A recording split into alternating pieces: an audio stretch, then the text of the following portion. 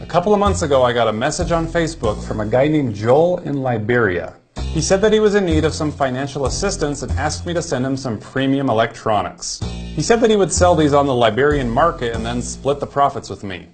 Now, I figured that this was just one of those African internet scams, but I decided to play along and see where it led me. I figured the more time of his that I could waste, the less time that he'd have to spend ripping other people off. So I told him that I didn't have any electronics to send, but I did have a business proposition if he was interested. I told him that I was in the photography business and that if he'd be willing to take pictures of where he lived and send them to me, I'd pay him for the ones that I liked. He agreed, and the next morning he sent a few over. And they were just terrible. The guy had to be using a 15-year-old flip phone or worse, but I was surprised to see him actually try. He mentioned repeatedly that he was looking for God's favor through someone and that he believed that person was me. So I thought I would invest a little bit of money in this guy to see if he was scamming me or if he was seriously trying to improve his situation. So I mailed him a $30 camera and told him to take some more pictures with it. Well, the pictures were a little better quality, but they still sucked. So I said to him that if he wanted to make money taking pictures, he needed to practice.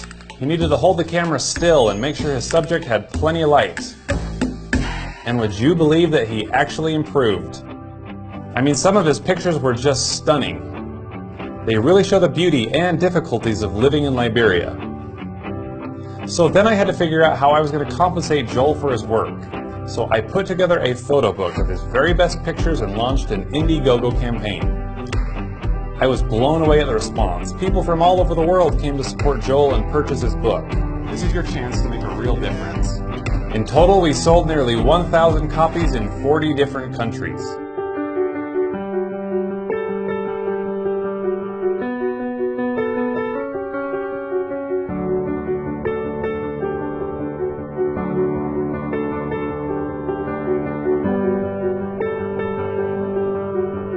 I made a promise to Joel that we'd split the profits 50-50 and that my half would go to charity.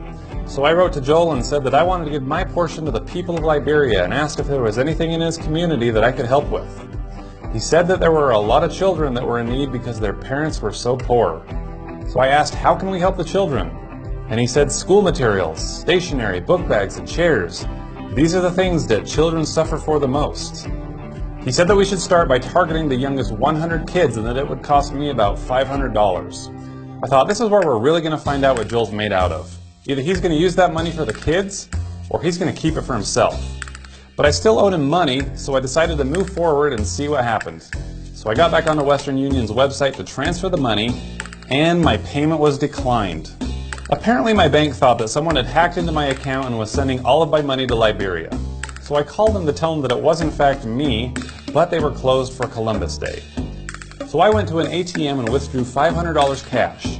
Then I walked to the nearest Western Union teller to wire it the old-fashioned way. This ended up being one of the strangest moments of my life. Imagine standing there in a crowded Rite Aid at a Western Union kiosk asking if you could wire $500 to a guy named Joel in Liberia. Well, I was pleased to know that the money did go through and that Joel was able to pick it up, because what happened next was incredible.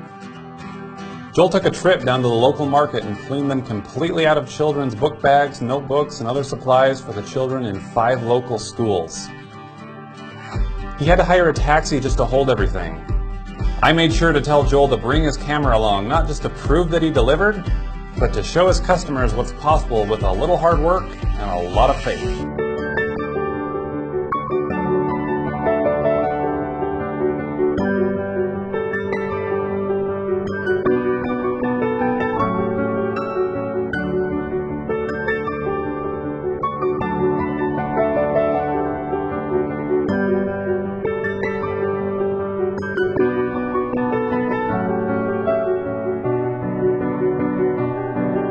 When you give someone a chance, sometimes they're not who you thought they were.